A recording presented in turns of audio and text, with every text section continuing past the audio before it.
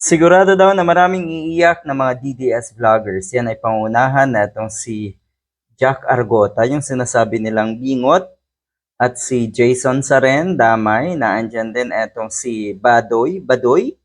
Aba, ang sinasabi na itong si Badoy ay kuno ay dapat ilabas din ni PBBM yung kanyang HIV test. Naandun na sila sa puntong pati HIV. Ang saklap, no?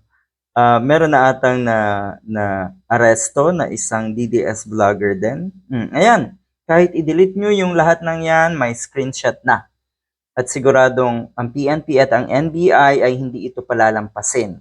Kung sino man yung mga personalidad na pasimuno dito sa mga fake news na ito tungkol sa Pangulo, lalo na po yung fake news tungkol sa peking medical bulletin or medical certificate ng Pangulo. Yaan ang mangyayari sa inyo. Kahit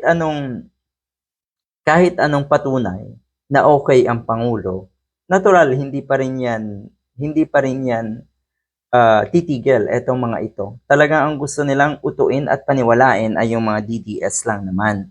Wala namang problema doon. Sige, gaguhin nyo sila all you want, katulad ng panggagago nyo rin at pangwawalang hiya nyo rin sa mga sarili nyo.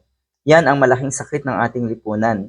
Yung mga nanggagago, naninira sa ating bansa at yung nagpapakalat ng kasinungalingan.